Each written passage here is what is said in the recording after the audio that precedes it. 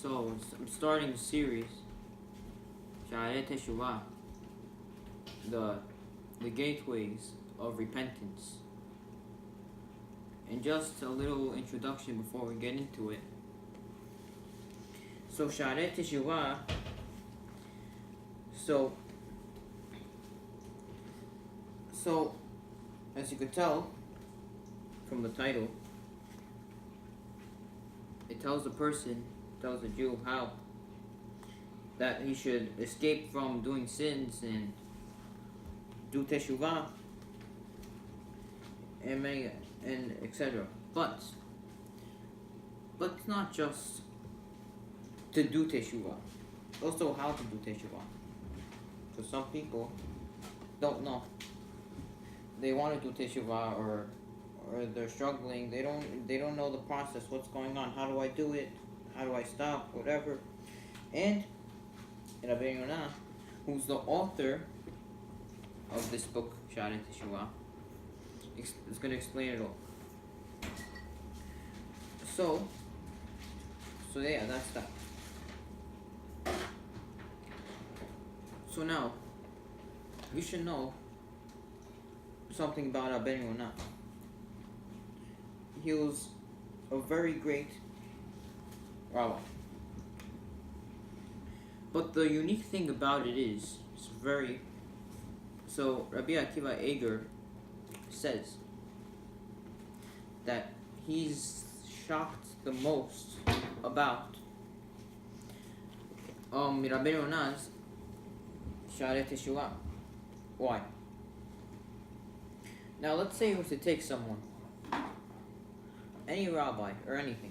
Usually rabbis, they're good in one thing, one certain area. Some rabbis they can have nice shiurim. Some rabbis teach good Gemara, they know how to teach. Some rabbis are very big poskim, they teach they rule in halakha and things like that. But that's their priority. Of course they could do everything else, but they're not as good. And if you're to ask a person who learns Torah, but he really doesn't, he sees Rabbi Yonah in the commentaries. So he would say, guess what? He would say Rabbi Yonah was a very big commentary. He commented a lot on Torah. And that was his main thing, that was his priority thing. That's what he was good at. That was the type of rabbi he was. But we see, in reality, that was not. He was a very big posek. He ruled in halakha. So that it's very interesting. Rabbi Yonah, who ruled in halakha, was able to write a Musar book.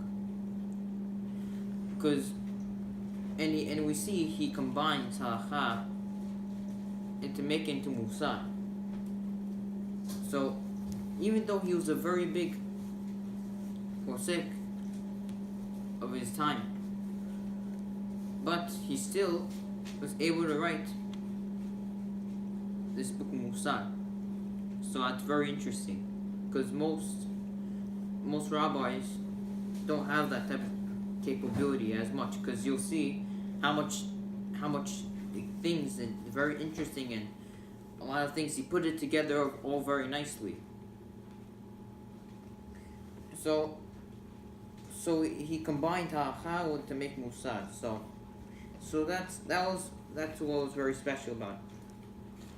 So actually, Rabbi Yonah was born in the year 4960, which is the year 1200, and he only lived 63 years, meaning he died the year 5024 or 1260. So he only lived 63 years, and really he didn't have that much he doesn't have that much Torah that he left behind with us. We have only a little bit, but with this information, we have a lot of knowledge. We get a lot from Rabbi Yonah. He wrote many other books, but unfortunately today we don't have those books. So yeah, so even this book, Shaare Teshuva, was really originally a part of a bigger book. Rabbi Yonah had it was in a bigger book. It's like this was a part of the book, and this is all that remains. And actually, the Ramban, who actually happened to be Rabbi Yonah's cousin, and also a very close friend of Rabbi Yonah. So yeah, they were the two big rabbis in Spain. So Rabbi Yonah, with his years, what we have left behind is certain books that he left. He has some commentaries too, Baba Batra and Masech Sanhedrin, which is called Aliyot Rabbi Yonah. Also has some teachings on Masech Berachot that were taught, who he taught his students. It's called Talmidei Rabbi Yonah, and so also he also had a commentary to Mishle and a commentary to Pirkei Avot, and he also wrote Sefer HaYirah and Iged HaTeshuva, and of course Shaare Teshuva. So like that's really all we have left behind, because unfortunately we missed out a lot, and because once when Rabbi Yonah died, Ramban wrote a Kin'ah about he mourned over loss, writing some things. And he said like a lot of Torah was lost. So yeah, but you realize that Rabbi Yonah was very great of a rabbi, because you don't want to just come in and say, okay, who is this Rabbi Yonah? Okay, he's just some rabbi. I don't know who he is. You have to understand who he was. He was a very great rabbi. So yeah, so that's introduction to Rabbi Yonah. So yeah, so basically, now that we're done that, let's start with this. So this book is made out of 4 Sha'arim, 4 gateways. Those are like the sections in this book. So each shad, it's actually a chapter that talks about one portion of the subject of Teshuva. It's like each subject. So let's just talk about what each shad talks about in general. So first shad focuses on the principles of Teshuva. In this shad, Rabbi Yonah introduces the basic concepts of Teshuva, and then he tells us 20 principles that'll tell us how to do complete Teshuva. So yeah, so basically the first shad talks about 20 principles on how to do complete Teshuva, and also with a little introduction himself. And second shad, it's basically, it's like inspiring you to Teshuva. Third shad talks about severity of sins.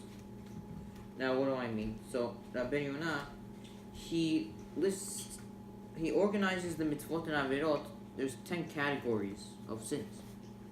10 categories. And depending on how severe the sin is, the higher the worse of the higher the category. Starts from the least severe to the most severe. So yeah. So that's what Ben Yonah. That's how he does his third shahad, and it concludes with types of people who don't they're not so they don't have the zehut to greet the Shekhinah. And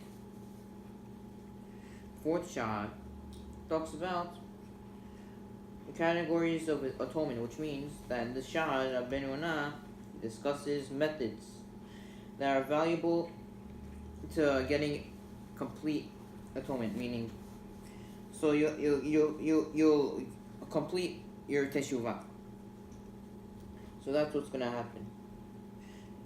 It's not just the actual Teshuva. You could go even beyond the Teshuva. That's what we're talking about. So that's the introduction to Shaare Teshuva, the 4 Shaarim. And as we know, now we start Hashara Yishon, the first gateway.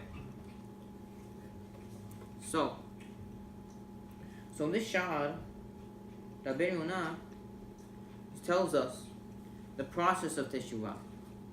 He discusses its importance. So he tells us 20 principles of Teshuvah, which are the 20 steps of the process of Teshuvah. So Rabbi Yonah, he says himself, guess what? It's famous thing. How do you do Teshuvah? 3 things. Harata, to regret the sin. Azivat ahid, to not say, no, I'm not going to do it again. And vidui, which is actual confessing. The actual, like saying I'm sorry, an actual Teshuvah. So he also says that every level of Teshuvah brings atonement. It doesn't matter how, what type of Teshuvah it was, for what reason did it come. Every level of Teshuvah somewhat atones for your sin. So yeah.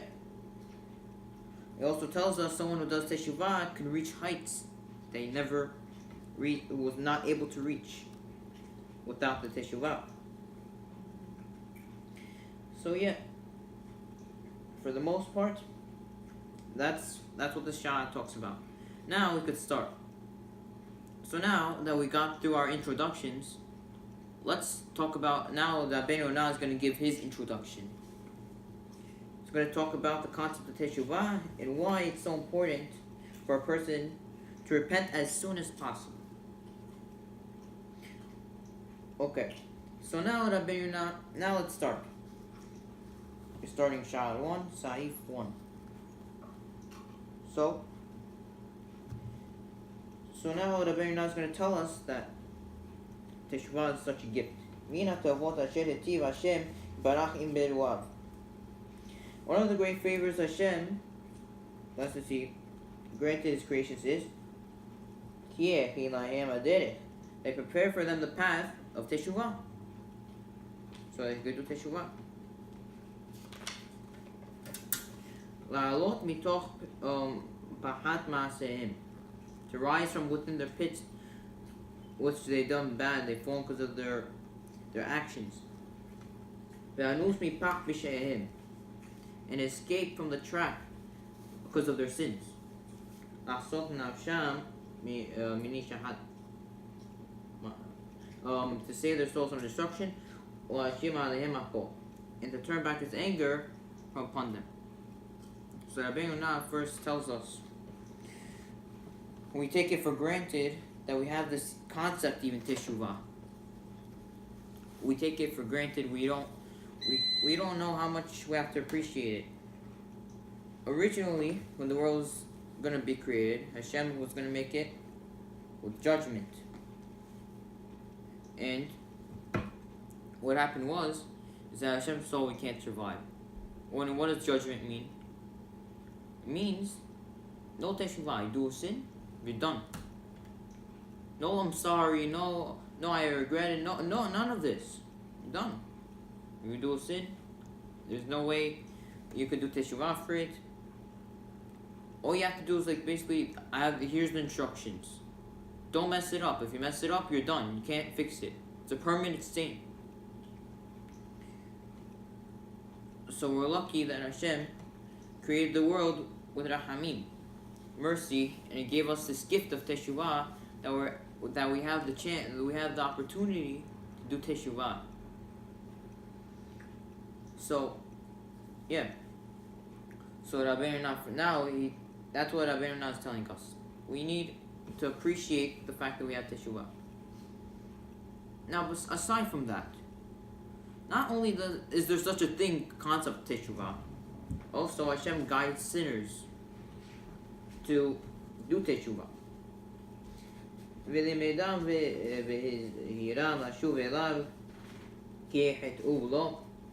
Not only that, Hashem urge us to return to Him when they have sinned against Him.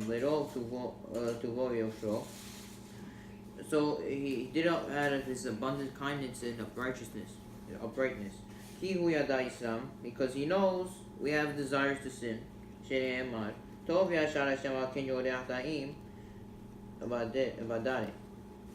says in Tehillim, Hashem is good and upright before He guides sinners on the way. So Rabbeinu is telling us, guess what? Hashem doesn't just give us this gift. He even guides sinners to do teshuvah. So Hashem says, guess what? Hashem knows we have a desire to sin, so Hashem helps us. So He guides the sinners. Not only that. Now Rabbeinu says, even the worst of the worst sinners, they make the biggest averot.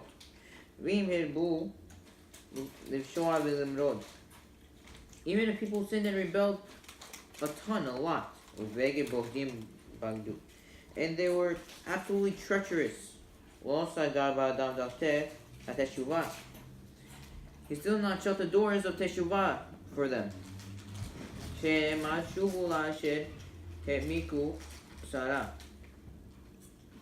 says in Yeshaya, Lamed Aleph, about return to the one of whom you profoundly turned away. It also says in Yirmiyah, Gimal Chafet, return, rebellious sons, and I'll hear your rebelliousness. So basically, Rabbeinu is telling us, guess what? Doesn't matter how much you sin, even you're the biggest sinner, done many things against Hashem, you still have the opportunity to do teshuvah. As long as you're alive, you could do teshuvah. And as you could see, Rabbeinu always brings sources for it. It's not making up stuff. So that's what Rabbeinu is saying. Anyone could do teshuvah, even the worst of the worst. But not only that. We've been urged many places in the Torah to do teshuvah.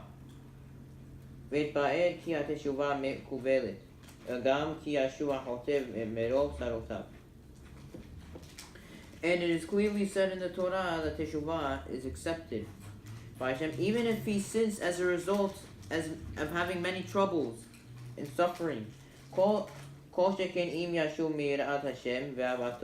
Certainly if you repent out of fear of Hashem or love of Hashem. Shaare says in Devarim, says Devarim Daled Mabit,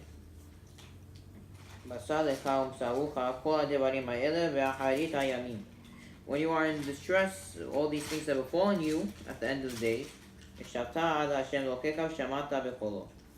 you will turn unto Hashem, your God, and He'll listen to your voice.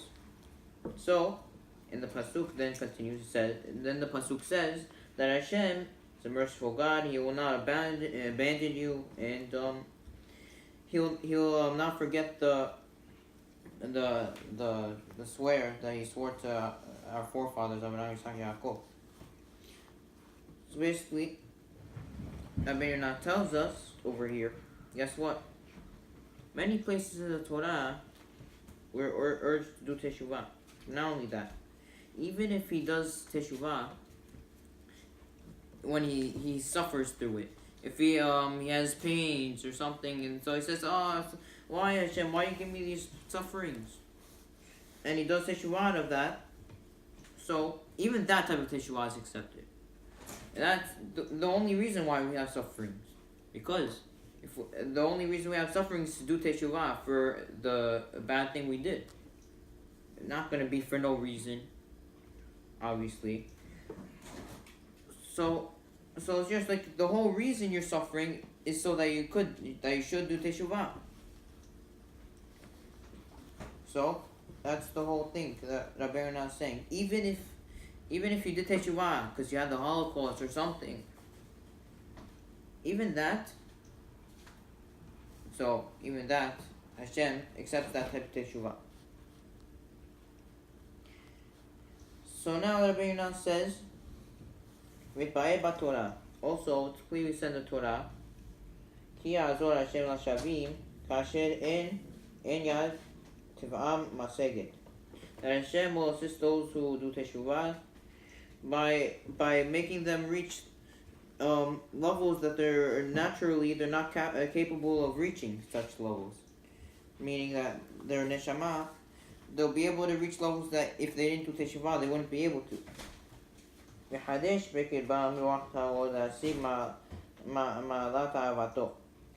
And he will renew within him a pure spirit, and you'll obtain no trait of loving him in ושבת עד השם אלוהיך ושמעת בקולו בכל אשר אלוקים מצווך היום. You will return to Hashem, your God, and listen to your voice according to everything I command you today. And you and your children, all your heart and with all your soul, and it says later on, in Pasuk Vav, Umal Hashem Elokecha v'levavecha v'et levav zarecha le'ahava et Hashem Elokecha v'kol levavecha v'gomer. Hashem, your God, circumcise the heart of your offering to love Hashem, your God, with all your heart. Now, Salama, this means Bema shelo hisakta ata vanecha, with respect to with the level of spirituality that your children do not reach. Hashem will circumcise your heart and the heart of your offspring, so that you could reach the purest level of loving Him. What is Rabbi Ronnie not telling us over here? So he's telling us, guess what? If you do Teshuvah, guess what? Naturally, you wouldn't be able to reach such a level. And not only that, it doesn't matter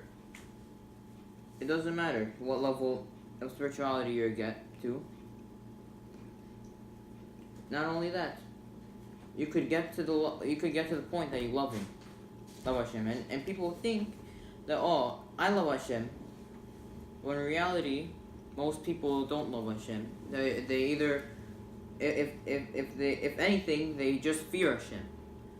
And we know there's two levels. There's fearing Hashem and loving Hashem. Loving Hashem is the higher level. So, and you'll reach the purest level of loving Him, meaning, guess what? If you do Teshuvah, you're going to be able to, your neshama is going to go to the highest of the highest. You're going to be able to do such Teshuvah, and Hashem gets rid of all your desires. And therefore, meaning that you just follow Hashem, you love Hashem, and this means that you're not just following Hashem's mitzvot because I'm scared of this and that's gonna happen to me because I don't follow them. You do it out of love, not like most people don't. That's the whole point. And it's a very good big achievement if we attain this level of loving Hashem, because it's not such a common thing that you have people who just all of a sudden they're all high and they're all all very they're loving Hashem. It's not very common. So basically, my point is that if you're able to love Hashem and reach this level that you do things for Hashem with pure intentions, with love, just because Hashem commanded you and all the good He did for us, you're doing it. So that's a high level. So to conclude, Rabbi Yonah says, "Anevim v'aketuvim deveru tamid al devar Teshuva." The books of Nevi'im and Ketuvim to speak constantly about Teshuva. Anki v'alei kara Teshuva kolam meforashim v'devrehim. The point where all the principles of Teshuva are clearly said in their words, ka'asher yitbayed, as shall be explained. So basically, Rabbi Yonah is saying over here, it's not just me who's saying this. Tanakh talks constantly about Teshuvah. And all the Teshuvah, they're clearly there, but Rabbi Yonah is organizing them. So now, let's summarize what Rabbi Yonah said until now. 1. Teshuvah is a great gift from Hashem. 2. Hashem encourages sinners to come back. And 3. Teshuvah is never closed for anyone. Anyone could do Teshuvah. 4. Teshuvah is accepted even when it comes through suffering. Even if you get punished through suffering from getting a punch to the face, you do Teshuvah. 5. Hashem helps someone who does Teshuvah attain spiritual levels beyond his natural capacity. He won't be able to originally reach that. And 6. It says it clearly in the Torah, all these things, the Tanakh. So now we're here. That's what Rabbi Yonah says. So now Rabbi Yonah says something we should very important. So and now we're up to Saif Bet. It says not only it's just such a gift to mankind. What happens if someone he says he refuses it? Okay, we'll see. Vedan, you should know. When a sinner delays repenting for his sin, he says, I'll do Teshuvah tomorrow. Or, I don't know, Yom Kippur, I'll do Teshuvah. His punishment, that it becomes much worse every day that passes. For he knows the fury of Hashem is gone against him because of his sin. And he has an escape where he could flee to escape Hashem's anger. And that escape being Teshuvah. Yet he stands in his rebellion. He remains. He stays at Rasha. He has the means to escape from this bad turning him, and not by doing so. He has no fear of the anger of Hashem. Therefore, his evil is very great. So, Rabbi Yonah tells us, guess what?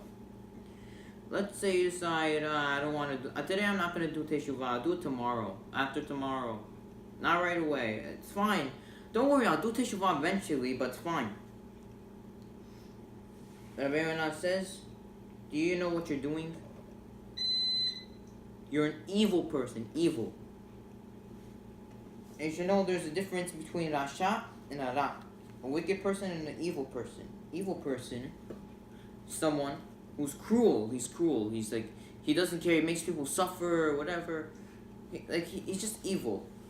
That's what evil means. A wicked person could be the nicest guy, but he doesn't keep Shabbat and whatever and so on.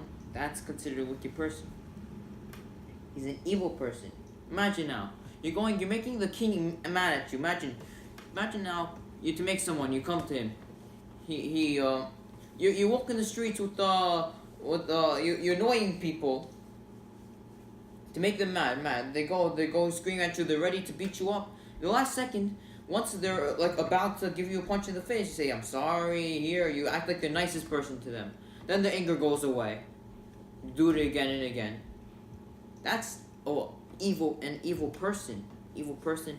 He just goes, he just likes people to suffer and to be mad at and everything.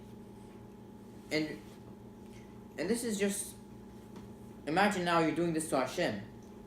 It's like, how can you have the guts to do such a thing? You say, "Oh, okay, I'm gonna push off my Teshuva. It's fine, no problem." What's gonna happen?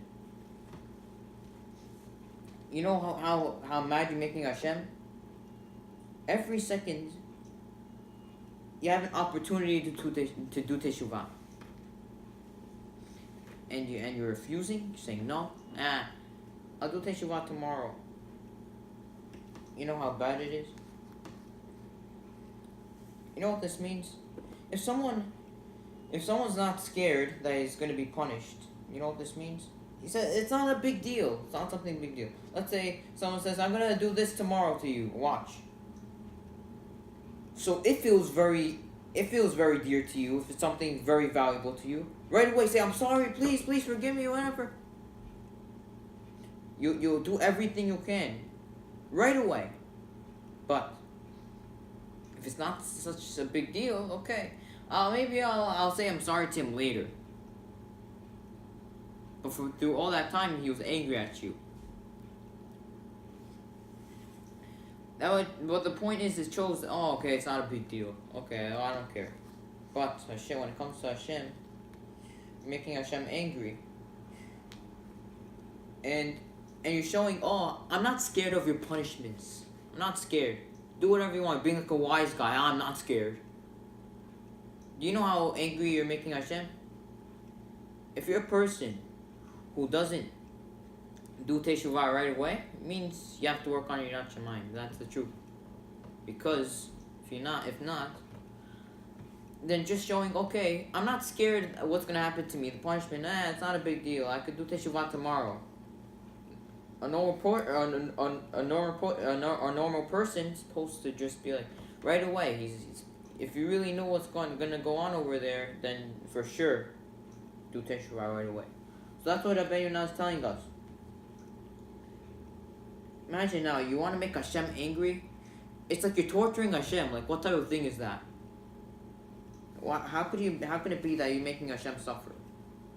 What if you're one of those wise guys and say, I don't care what happens to Hashem. What's gonna happen to me? Okay, so what's the big deal?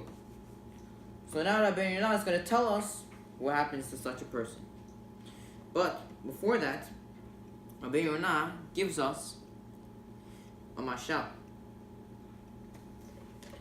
ואמרו תנו זיכרונם לברכה על העניין הזה במדרש קהלת. החכמים זיכרונם לברכה said about a subject in Midrash Kohet about. It says, משל לקט של ליסטים שהבשן המלך בבית האסורים. It could be compared to Mashal. There's a group of thieves who were a king locked up in the prison. They dug a tunnel and all the prisoners escaped. But except for one guy, he stayed behind. The guard of the prison, he came along.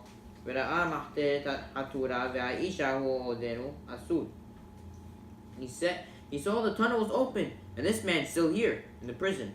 What did he do? He beat the prisoner up with his staff. Amadlo, he said to him, you miserable fellow. Why? The tunnel's wide open before you. How could it be that you not hurry to flee for your life? Meaning, the mashal is again. So there's these thieves that are in the prison. They got locked up. So, but they dug a way out. Everyone left except for one guy. So then the guard comes. beats him up. Now you may ask, hold on. What did this guy do wrong that he deserved to get beaten up? If not, he did the right thing, no? Because he stayed behind. And he was following what the prison says. He can't leave. Not supposed to leave. He's not supposed to. The point is, he's not hitting him because he did something wrong. The point is that, guess what? A normal person would run out, even if that was me. If I was in prison, I would run out. But do you not care that you're over here? That's what he's basically saying. You're supposed to be running for your life right now. And instead, you're just staying here in prison. There's right there tunnel dug out for you. All you have to do is run out, and you're free. You're done. You don't have to go through this whole thing. But instead, you just say, "Okay, I'm gonna stay behind." It's not bad to stay in a prison. What type of thing is that? It's not bad. So basically, the nimshal is that, guess what? Now we compare this to Teshuva. Teshuva, we could do it easily. There's a tunnel right there for us. All we have to do is walk there and we're done. Do Teshuva, we're finished. No more punishment. No more having to be in this prison where you're gonna get so much tortures and everything. But instead we decide, okay, today I'd rather stay in prison for another day. Like, what type of thing is that? No normal person would be willing to stay in prison for another day, because the normal person he just wants to get out right away. Also, a normal person wouldn't want such a suffering. But obviously, because we don't have enough yet to mind that this is happening. Now, so one of the reasons, well, how could it be that a person would want to stay behind like this? How could it be such a foolish person? And because, like, it's just you have to go. Like, no one would want to stay. And one of the answers they bring is because maybe he just gave up in life. Like, I'm in prison, there's nothing I can do. Even if there's right there, like, I'm just, whatever, I'm a lost case. That's one of the explanations to how that is possible. So, now we're up to Saif Gimal. And Rabbi Yonah gives his nimshal, so to speak. He tells us who's in this category. What type of people fall into this category that they stay back in the prison like that?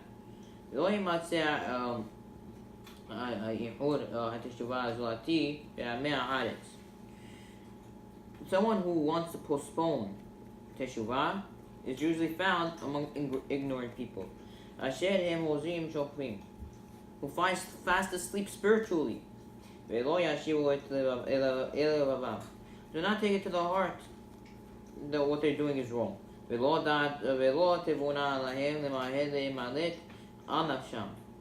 do not have wisdom or insight to quickly flee for their lives from this avera that they did. There's also among them who don't do because they're very far from Hashem. And they do not believe that there's such a thing, punishment for sin. So Rabbi Yonah is just saying, guess what? So usually, where you'll find this is in two types of people. One who ignorant people. They're spiritually low. Okay, they already did so much sins. Okay, they're not really seeing any punishment. So okay, whatever. They don't really care, basically. The other ones is if they're just far from Hashem. They don't believe in punishment. So yeah, and that also basically means they don't have enough Yiras Shamayim. So yeah, but on the other hand, what about if let's say you have a Talmid Hakam? What do you find? Hachamim Zona Macha explained in Maseh Berachot Yutet Amud Aleph. Im ra'ita Talmid Hakam she'avar avera b'layla. If you see a Talmid Hakam who does Navera by night. Al te'arhera hara bayom. Do not think of him badly in the next day. Ki meta sa teshuva. Because for sure, surely he was done teshuva. So meaning, if you see a Talmid Hacham, that you saw him, he did an Avera. So if he's a Talmid Hacham, he has to have Yirat Shamayim, right? So you have to assume, you can't be mad at him the next day saying, oh, why did you do this and that? Really, you're being mad at him for no reason, because he got his sin already atoned for, because he already did Teshuvah. That's what you have to assume. Because you have to assume he has Yirat Shamayim and he's scared, he doesn't want to get punished. Plus, you don't know when this punishment's going to come. Maybe it could come today, tomorrow, after tomorrow. You don't know what you're getting punished for. So, of course, you have to have Yirat Shamayim. So, yeah, that's why you have to have Yirat Shamayim. So now, Saif Dalit talks about Aver now previously explained. Teshuvah shows a person, he doesn't care. If he delays Teshuvah, he doesn't care that he's sinned. And, of course, that's evil itself. Now let's get back to my question. What if someone says, okay, I don't care if Hashem gets mad at me, so what if we have these wise people? They don't care what happens to Hashem. Say, what's going to be with me? I don't care. So Rabbeinu tells us,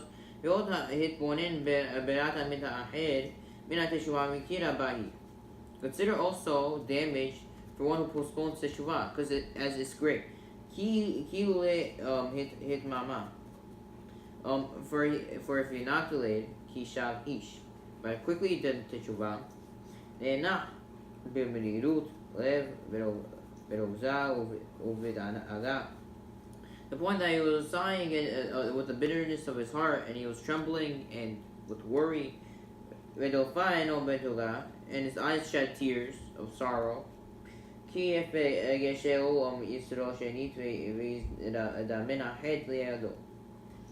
Then, when his evil inclination comes, Yetzirah comes second time, oh, I'm going to make you come do an Avirah. He'll subdue his Yetzirah.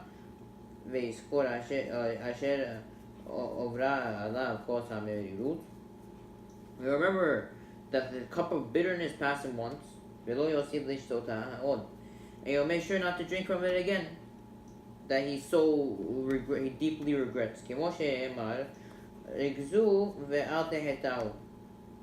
It says in Tehillim, Perek Dal Pasuk He, tremble, do not sin. Be'oro rigzu v'estaru ala shet hatatem ve'alte hetru, which means tremble and agonize in repentance over your sin that you committed. As a result, you will not do sin again. Meaning, so now that Baron will explain, how do you know this is what we're referring to? That he regrets it and it refers to the past?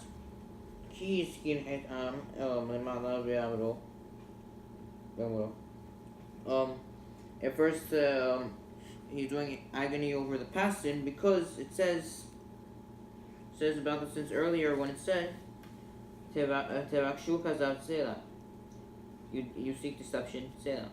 Basically meaning, tremble, do not sin, means that he's basically saying that it means something that happened in the past already. You're regretting the sin, something you did in the past. You're trembling over a sin that happened in the past, not in the future.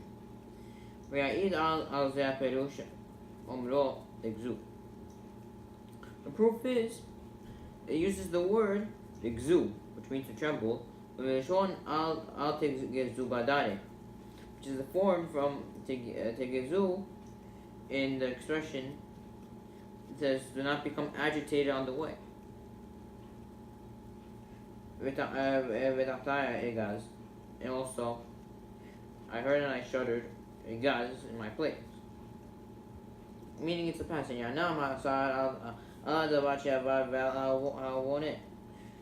Both of these refer to something in the past or the present.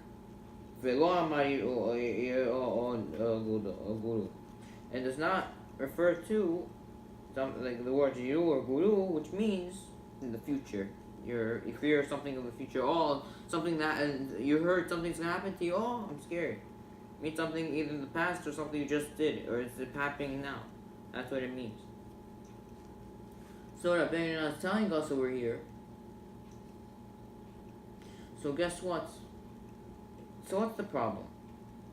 Let's see. So if when one he delays repenting,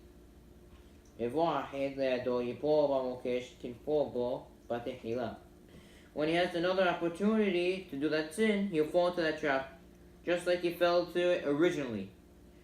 And his sin that he did after is much greater than the first one.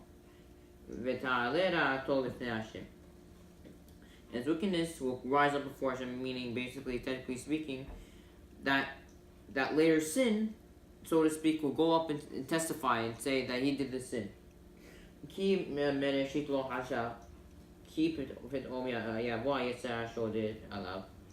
Because originally he did not imagine that the Yetzirah would just come in and suddenly attack him.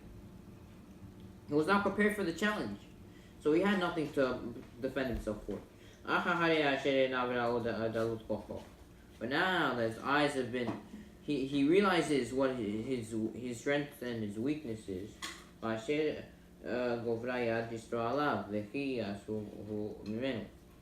observe the power of the Yetzirah and overcame them, became stronger than him. He should have realized that he's exposed to danger that she saw. And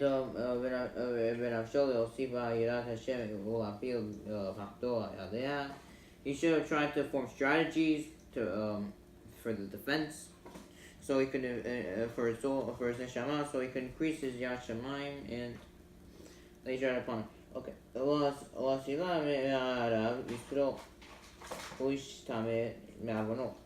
Or to save himself from the ambush next time the Yitzhak comes, and he'll be protected by repeating his offense. So basically, what it means is that when one does a sin, first time he does it, okay, yeah, it's a sin, okay, fine. But you didn't expect the Yetzirah the first time you've done a sin or something. You didn't expect the Yetzirah to come for you on that.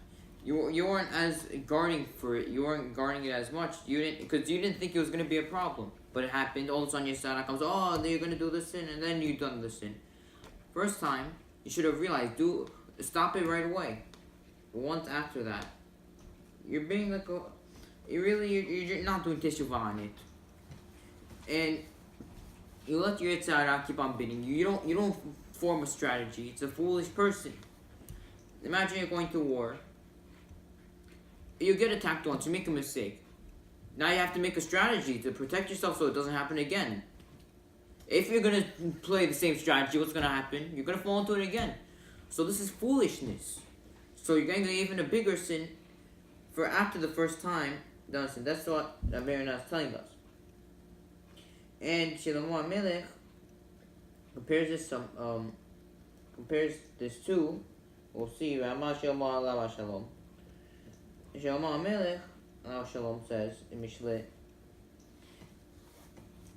Kechelev shal al karo ketzil shone ve'valto. Like a dog that returns what it vomited, and a fool repeats his foolishness. Be'uro, this means that a dog eats disgusting things in the first place. When it vomits it up, they're even worse. Yet he returns, he eats it again. Such is the practice of a fool.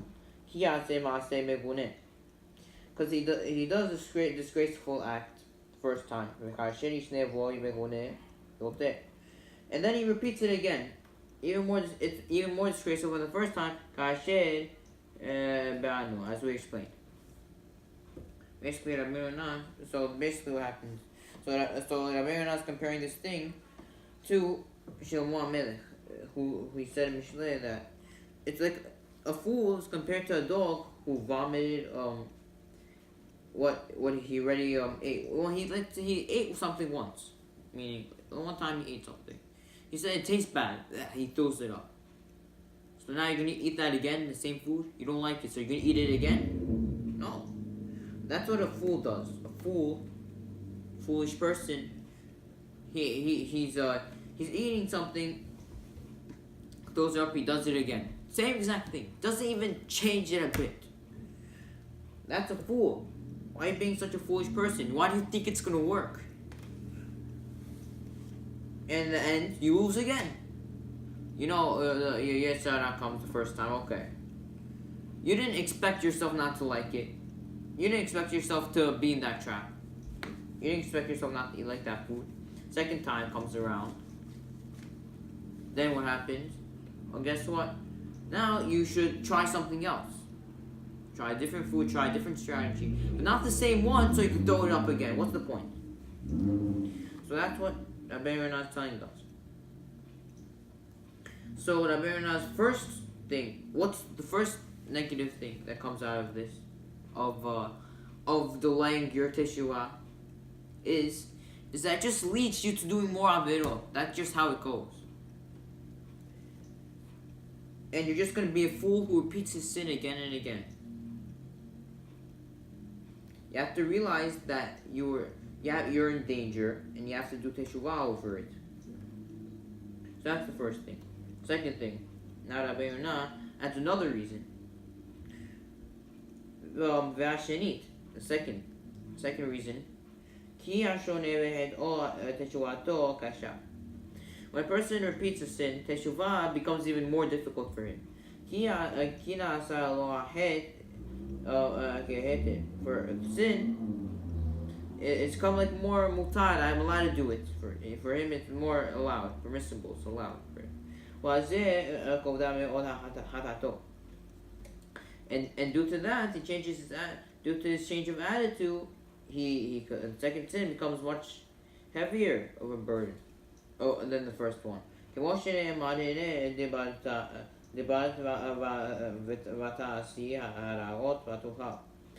says in Yirmiyah Gimal here, behold, you spoke and you carried out the evil deeds that you were meaning and you were able to is, what does that mean? And you're able as a result of repeating the sin, evil deeds became allowed for you. It's allowed to do.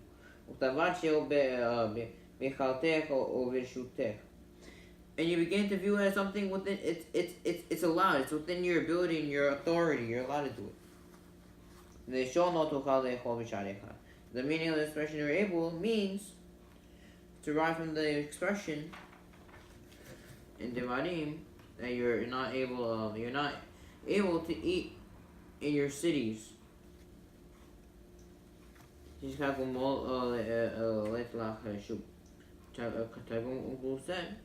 It means you're not permitted to eat in your city.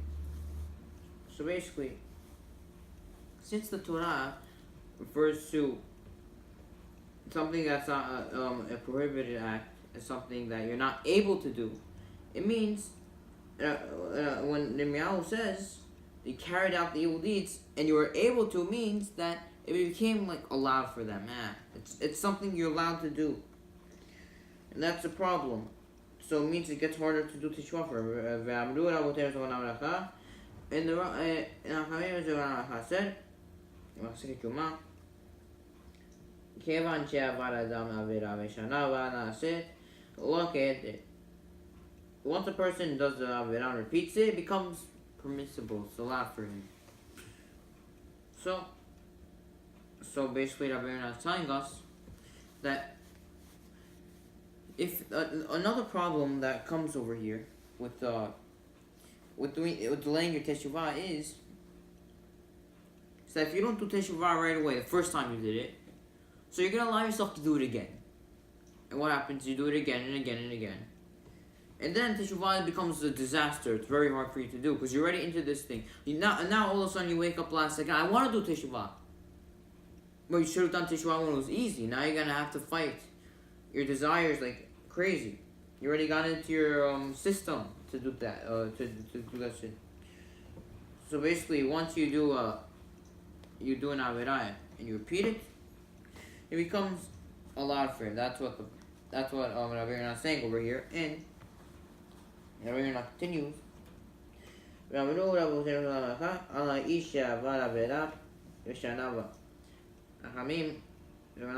Said in my say about a person who commits a sin and then he repeats it. That point forward, he says it's something allowed. That from this point forward.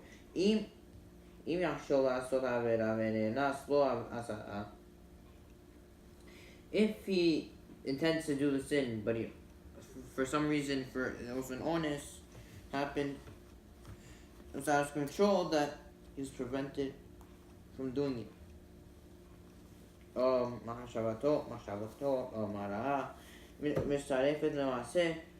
His evil intentions counted as it's considered that he's being punished for the intention itself. But Allah regarding such a person says in Yirmiyah,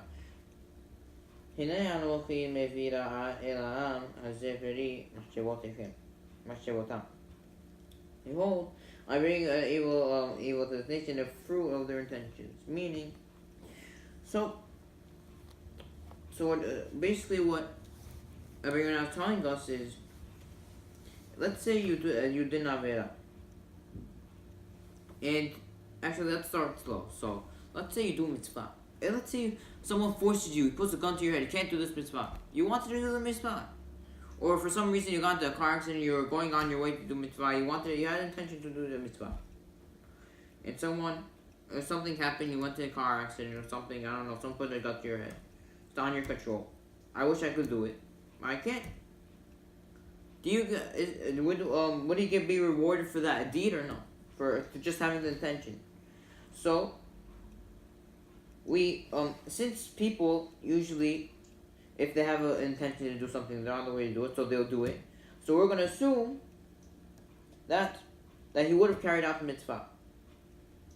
So he'd be rewarded for it.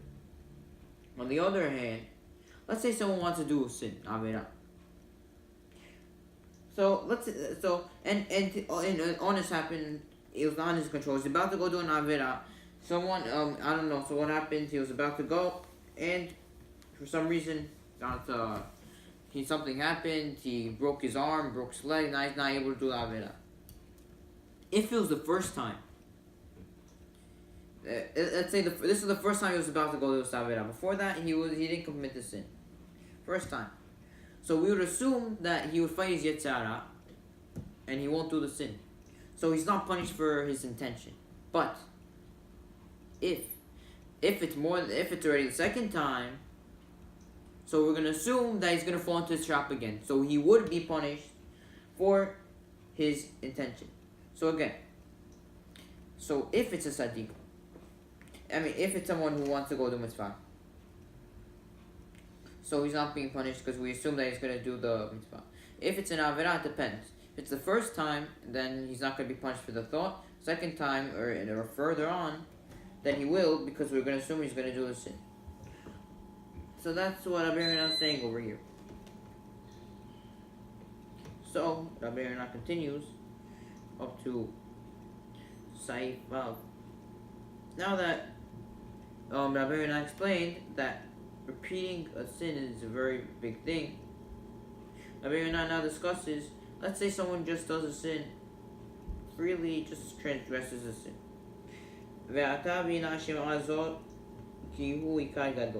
Now, you understand this because it's a major principle.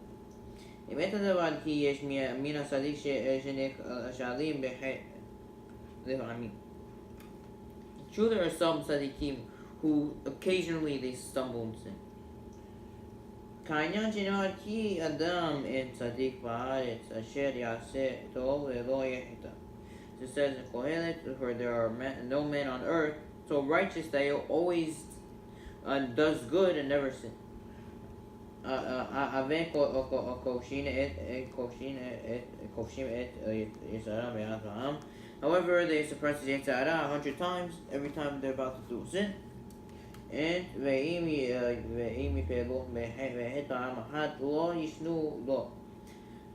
and if they fall into the trap once, they will not repeat it.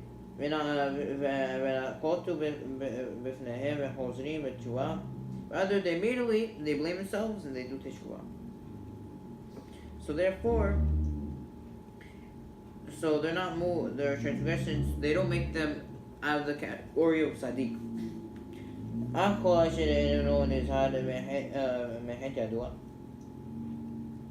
But anyone who does not bother to do a sin, and does not accept upon himself to be aware of it, even if that sin is one of the lesser transgressions of the Torah, although he carefully avoids all the other transgressions of the Torah. The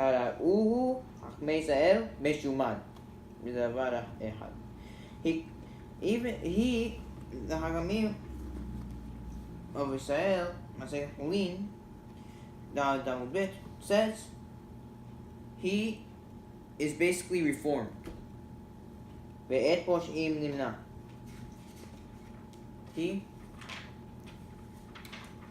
is basically counted as a renegade, and his offense is too great to bear.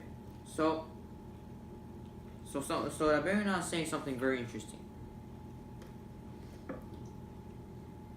So now, let's say you take a person. Someone does a sin. Rabbeinu is not saying, let's say you do a sin. So I think he stumbles in the trap. Sometimes they do. We're not perfect. Even though it is possible not to sin once in your life. So we've seen there's 4 people who have not sinned in their whole entire life. But all of us, for the rest of it, even Moshe Rabbeinu sinned. So we're not perfect. So they stumbled. So why aren't they considered disreformed? Because they realize what they're doing. It's wrong. They're not allowed. And guess what? They make sure the first time, they make sure they don't let themselves, they don't let the Yisrael beat them again. The first time, okay. Now I'm gonna make sure I'm gonna build the nicest wall around myself so that I will not fall into this sin again. They blame themselves. That's the whole point. They blame themselves. But if you don't blame yourself, you say, I didn't do a sin. What did I do? He doesn't accept upon himself to be aware of it, meaning that, oh, guess what? Like, it's not, I don't really have to be aware of it. Not something for me. I'm not really doing a sin, basically saying. People are telling him, oh, look, you're doing Averah. It's what I said, what? What are you talking about? It's not Averah at all. I'm doing something totally fine. He is considered Meshumad. Because he's basically going against the Torah. You don't accept. You're saying I don't accept all the mitzvot of the Torah. Hashem commanded you. Accept all the mitzvot of the Torah. And guess what you're doing? Oh, okay. I'm not gonna do one. One of them I'm patur from. You're basically saying it's not for me. I'm not in one of this. So you're reformed. That's what reformed were. Reformed people. It started as a small thing. They changed their CC, and now, of course, you see they do everything against the Torah. But they will consider reform just for changing CC, the mitzvah of CC. That's reformed already. Okay, that's not for me. It's not this way. That's what we mean in reform. So, now Rabbeinu now explains. Compares it to a servant to his master. If a servant comes to say to his master,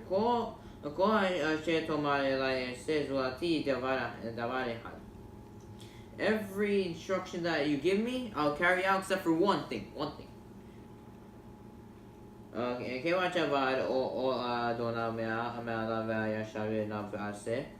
He has, to the exclusion, broken his master's yoke from upon himself, and he will always, that he said he'll do always as he pleases. Meaning, so if you have a servant, he says, oh, I'm going to keep everything you said. Everything. But he says, I'm not going to listen to one thing. So you're breaking their thing. He said, whatever he wants you to do, you do. You listen. But you're not listening to one thing. So you can't say you listen to everything he does. You're totally against him, basically, kind of saying. So, that's the whole point. Even though he fulfills everything that his master says, he's not a servant. Because the servant fulfills everything he says. If you don't obey your master, for one thing, it's like you're not even obeying him at all. You're not listening to a word he says. That's the whole point. So now that Ben says to the Torah, regarding this concept, it's said in Devarim,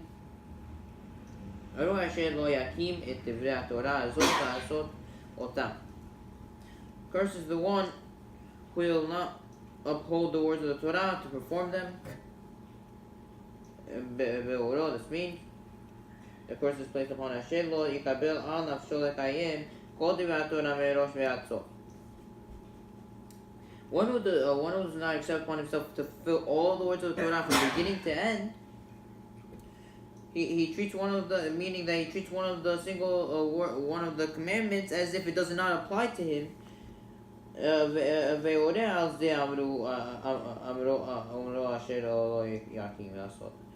The proof is, it says that who will not uphold the words of Torah to perform them. It does not simply say that you who will not perform them. It will say who will not uphold the words of the Torah to perform them. You could just say who will not perform them, not to hold up the words of the Torah. So basically, meaning you're considered reformed in a way. This curse is if not if you fail to do mitzvah, meaning not if like you surrender to your desires. That's not considered, oh, you're against the Torah and everything. It means if you don't take responsibilities upon yourself. If you don't say I'm obligated. If you say, oh, I'm patur, and the Torah says you're hayav, you're considered a reform. That's what Rabbeinu is telling us. Because you're going against your master. Everything. So now, up to Saif. Zion. So Rabbeinu makes another point about one who commits a single transgression repeatedly. And you should know, also know.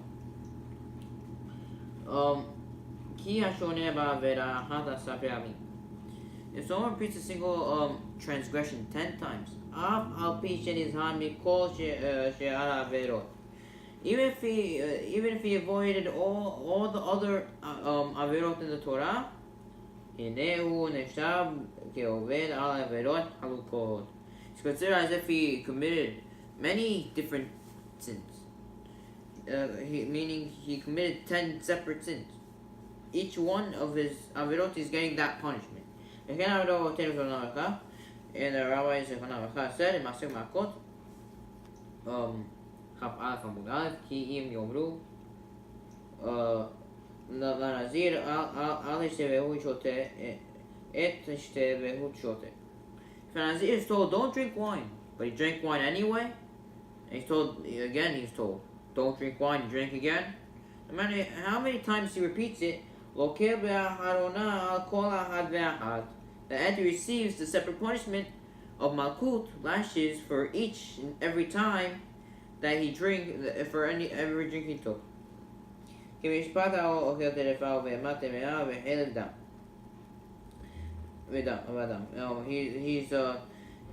subject to the same judgment as someone who eats terefa, and then he eats a non-kosher animal, then he eats not for not a forbidden fat, and he eats blood. So basically meaning to say, if someone does an avera, same avera, 10 times or 20 times, doesn't matter, more than once. So it's considered as if he did 10 different types of sins. Like, he's getting this punishment 10 times. So if they push you off the cliff 10 times, if the punishment of doing that sin is 10 times, it doesn't mean that your punishment's gonna it's the same exact sin, but it's happening again. It's considered as if you're doing other sins that have the same exact punishment. The point is that, guess what? So if you're doing one sin, you're gonna get the same punishment. It's considered, so to speak, as if you ate or you did other law ta'ases. It doesn't mean you actually did the law ta'ases. It means that it's like imagine that you're hayav for malkut, for the lashes for certain sins, for like what we said over here. If a Nazir drinks wine, he's not allowed to drink wine. So you have to give him lashes. So basically means it's just like someone who eats a terefa animal also gets lashes, and also non-kosher animal and forbidden fats, and he eats blood. It's considered as if you've done all those things, even though you really didn't do them. You're gonna get the punishments for that. That's the whole point. So now, Sahib Head now tells us that he speaks of people of his times that unfortunately were corrupt. So now we'll see. So like really, let's see what Rabbeinu says.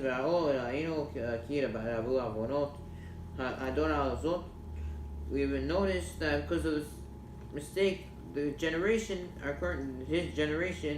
has a great number of averot.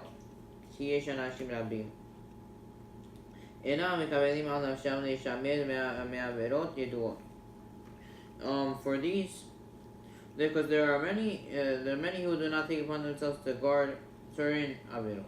And for their entire lives, they do not avoid those transgressions at all. Rather, they treat them as this is allowed.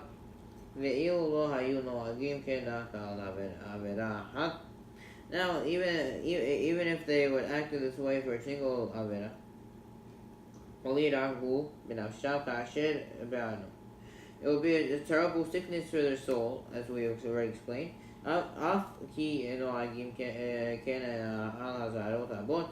Surely serious spiritual sickness when they act with many of the Torah's isurim, prohibitions of mina hamurot. Especially, this include some of the most severe prohibitions in the Torah. For example, swearing in vain, cursing one's fellow in the name of Hashem, mentioning Hashem's name without purpose,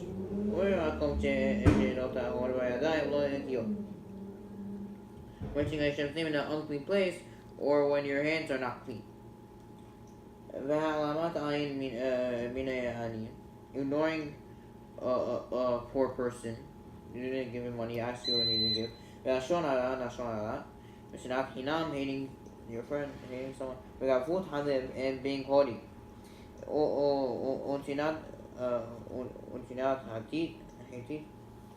Intimidating people. And gazing at arayot. Now listen to this. Bitul Torah is equal to all other averot together. Now why?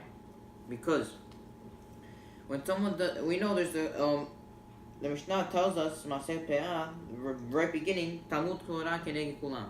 The Torah is compared to all the mitzvot. It's as if you did every single mitzvah. It's compared to all mitzvot. Now what if you do Bitul Torah? The opposite. It's considered you do all the averot. That's what Rabbeinu is telling us. Rabot Kaele. And many more such things. We have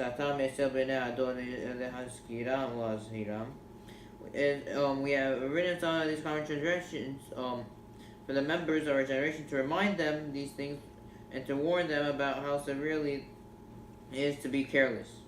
לכן הכל בעלי תשובה לכתוב במגילת ספר is likewise for a person for to do teshuva, to write a journal. הדברים שהעלו להם והמצוות אשר תקצרו בקיומם. The list of the things that he stumbled in his obligations and he fell short in fulfilling them. ולקרוא to review the journals of transitions every day. Basically, Rabbi Yonah says, so in his generation, of course, how much more so today, in his generation there were a lot of sins. And people, they don't guard their transgressions. They just avoid, they don't avoid it, they let themselves do it. They say it aloud. And for us, that's normal today. For that, that's like not, I don't know if people even call that bad today. So it's a terrible sickness. Even to do more than, even if it's just one, you're just repeating it. We said before that it's a terrible thing. So yeah, basically.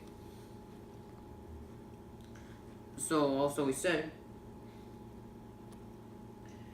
that all these sins that he's listing, you're saying swearing in Hashem's name, cursing one's fellow in Hashem's name, mentioning Hashem's name without purpose, eating in an unclean place. Saying Hashem's name in an unclean place and when his hands are not clean, ignoring a poor person, saying Lashon Hara about someone else, hating someone, having ga'ava, intimidating people, and looking at women. And also Bitul Torah, which is compared to all the other sins that we said, because it's considered, because we know there's Talmud Torah K'nei Kulam, and that means that also the opposite. For if you don't learn Torah, Bitul Torah, because without Torah, it just leads you to every sin. It's just a general thing. You don't want to sin, you have to learn Torah. It can't be that you're not doing Avirot and you're not learning Torah. It can't be. Because the Torah just purifies you, just learning it. That's the whole point. So the reason it's compared to all the Avirot, and the reason that learning Torah is considered to all the mitzvot, is because it leads to that. It just purifies your neshama, makes your neshama spiritually on a higher level, and then you do the mitzvah or whatever. But on the other hand, you're not learning Torah, so every second you're basically making yourself, you're not learning, you're not doing nothing, and then what happens is you do a sin. So that's the whole point. When you don't you neglect, you Bitul Torah, that's what happens. You just go on your sin. All the other sins. It leads to all of that. And then Rabbi Yonah gave us an advice that a person, if he's about Teshuva, so they should write a journal, and you should review every day. Say, this is what I used to do wrong. Now why? Because when he reviews them, he's gonna overcome his habit of doing these avirot. Someone he's just starting to be about Teshuva, say, and he wants to stop all this avirot that he does. So Rabbi Yonah's advice is write everything down that you do wrong. Why? Because when you do that, it's like you're making it like, 100%. This is like what I do wrong. Like I realize that, I recognize that. It's not like I have a doubt in my mind, okay, maybe I do the Avirah, maybe I don't. Maybe what I'm doing is wrong, maybe it's not. And it's constantly on your mind now, that you can't do this Avirah. So Rabbi Yonah is telling us, so people don't want to say, I have so much things on the list, so you want to get things, want to get rid of the things on the list. That's the explanation. So now, to conclude, so basically that was Rabbi Yonah's introduction. Now Rabbi Yonah's main thing is the introduction to the principles of Teshuvah, which is the main thing over here. So just to conclude with the introduction, now there are many levels of Teshuvah. وفيها מדרגות יקרב האדם אל השם ברוך הוא. A person becomes close to Hashem, as you see, according to the level of Teshuvah that you've attained. ואומנם יכול תשובה תמצא סליחה. Certainly, there's some type of forgiveness for every level of Teshuvah. So yeah. So there are other higher levels of Teshuvah. Even though there are other levels of Teshuvah, so Hashem gives it doesn't matter how low Teshuvah is. There's somewhat of it forgives you for somewhat of your sins. However,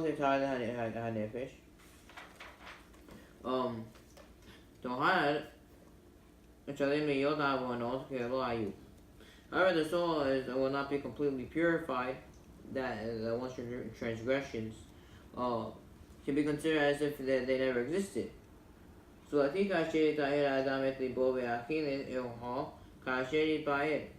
unless the person completely purifies his heart and spirit, that we will, in the way that it will be explained.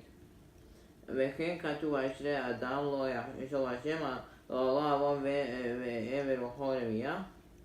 also in Tehillim, Lamed Perek Lamed Pasuk Bet. Praiseworthy is the man who Hashem does not ascribe sin, because his spirit there is no deceit. So basically, meaning, Rabbeinu is telling us that so there are different levels of Teshuvah, and of course we want to attain the highest level of Teshuvah, meaning because some avirot we need a lot of Teshuvah for, and some less. But depending on that, also we have different types of Teshuvah. We could do a little bit of Teshuvah, but we still have some type of stain on it. We only fix part of it. But if you want to get rid of it fully, so you have to follow what Rabbi Yonah is going to tell us. So now Rabbi Yonah is going to tell us this concept. There are higher levels of purification, similar to a garment, clothes that need to be washed, need to be laundered.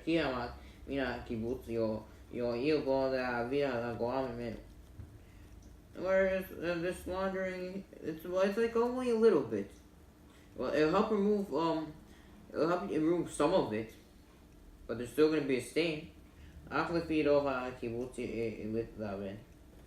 However, if someone he does extra launder, so it gets it fully whitened, and then the stain disappears.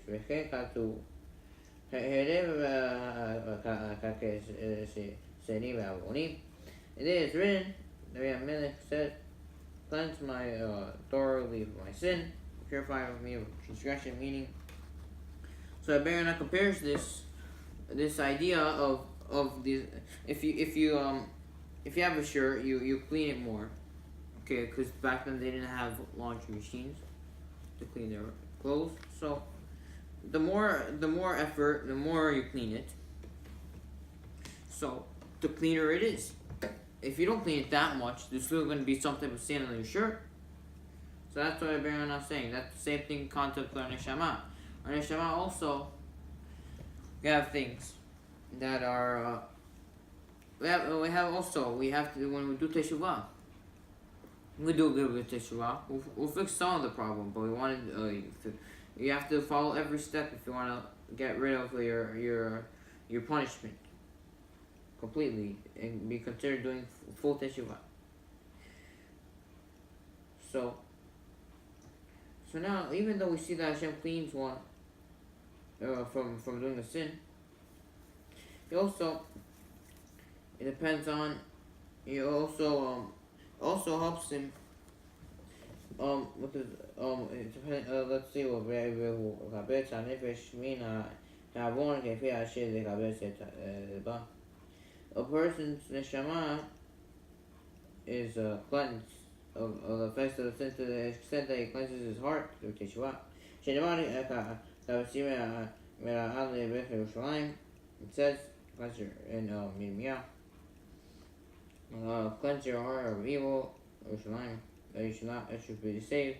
Basically meaning, the Be'er is telling us that when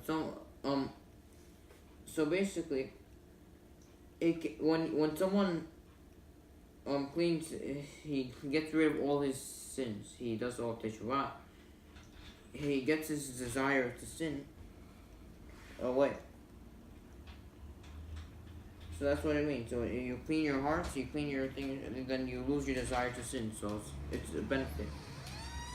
So to conclude, so Binyan now says there's a proof that the Teshuva gives a person great favor in Hashem's eyes.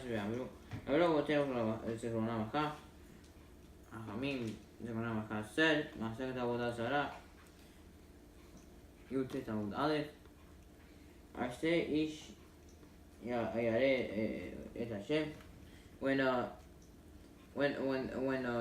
Tehillim says, that's where there's a man who fears Hashem, it means Be'odo Ish, while he's still a man. Resonam Amar Ki Teshuvat Adam, Hamula B'meh B'chorotav. What I mean is it's most beneficial to do Teshuva for a person when he's still young. When he's still full of energy and desire, so he can overpower your tzara. Nevertheless, every level of Teshuva is effective.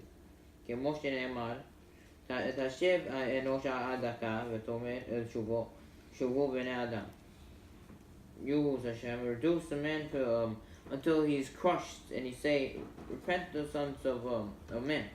Hachamim